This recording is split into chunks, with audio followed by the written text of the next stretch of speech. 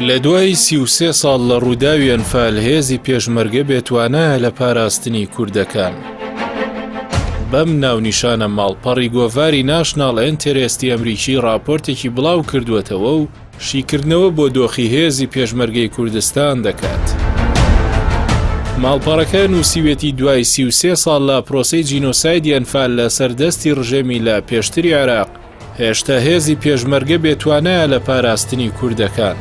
راپۆرتەکە لەسەر خراپی دۆخی هێزی پێشمەرگە لە ڕووی لۆجستی و توانای ڕوبەڕووبوونەوەی ئاڵنگاریەکان شکستێنانی ئەو هێزە لە پاراستنی یەزیدیەکان لە دەستی داعش بە بەڵگە دێنێتەوە و دەڵێت لە قۆناغی دوای داعشیش ئەگەر هێزی هاوپەیمانی نێودەوڵەتی نەبووە نزیک بوو لەوەی هەرێمی کوردستان بە تەواوی تووشی داڕوخان بێت. ئێستاش هەرێمی کوردستان لە هەر کاتێک زیاتر دابەش بووە و لە هەر کاتێکیش لاوازترە. راپۆرتە ئەمریکیەکە دەڵێ لە قۆناغی ڕاگواستن و کۆمەڵکوژی کورد لە ژێرناوی ئەنفال ئەو کات هێزی پێشمەرگە کە 6,000 کەس دەبوو نەیتوانی بەر بەو هەڵمەتەی بەغدا بگرێت و لە تەواوی هەرێمی کوردستان دەرکرا. هاوشێوەی ئەو شکستەی هەشتاکانی سەدەی ڕابردووش ساڵی 2014 نەوە نوێیەکەی پێشمەرگە کە لە ڕووی لۆجستی و پارەدارکردنەوە پێشکەوتوترە بە هەمان شێوە نەیتوانی بەر بە کۆمەڵکوژی ئێزدیەکان و لە دەستدانی خاکی هەرێمی کوردستان بگرێت. راپۆرتەکە لە کۆتایی ئەو بەشەیدا ئاماژە بەوەش دەکات کاتێک داعش بە چەند سەد چەکدارێکەوە لە دەواازەکانی هەولێری پایتەختیش نزیک دەبێتەوە هێزی پێشمەرگە توانای بەرگری نابێت و نزیکەی 1 لە سەر 4 شارەکە چۆڵ دەکرێت.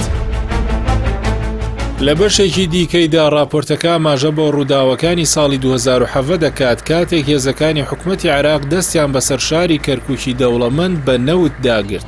دیسانەوە پێشمەرگە لە بەرامبەر هێزەکانی حەشدی شعبی شکستی هێنا و شارەکە بە کەمتر لە 2 سەعات کەوت.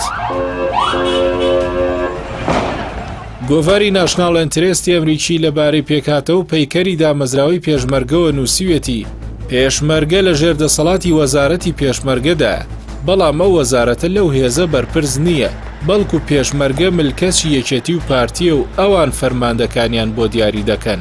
ئەمە ژوای کردووە وەزارەتی پێشمەرگە جگە لە ناو هیچی دیکە نەبێت. لەبارەی پێداویستە لۆجستیەکانی هێزی پێشمەرگەشەوە راپۆرتە شیکارەکەی گۆڤار ئەمریکیەکە باز لەوە دەکات کە سەرەڕای تەرخانکردنی بودجەیەکی زەبەلاح بۆ کڕینی چەک و چۆڵ، بەڵام پێشمەرگە بە چەکی سووکەوە پڕچەکە. زۆرێک لە چەکەکانی ژەنگ کردووە یان چەکی کلاشینکۆفی چینی و بەکارهاتوون. ئەمەش زیاتر لەگەڵ دۆخی هێزی شەڕی گروپەکان یەک دەگرێتەوە نەک هێزێک ئەرکی پاراستنی ئومەتێک بێت کە لە مێژوودا چەندین جار هەڕەشەی سڕینەوەی لێکراوە. هەر لەو بارەوە نووسی وشێتی شکستەیەک لە دوای یەکەکانی ئاسایشی سەربازی لە هەرێمی کوردستان چەندین جار زۆرێک لە دەستکەوتە سیاسی و ئابووری و کۆمەڵاتیەکانی لەو ناوچەی عێراقدا بەرەو لە بارچوون دەبووە.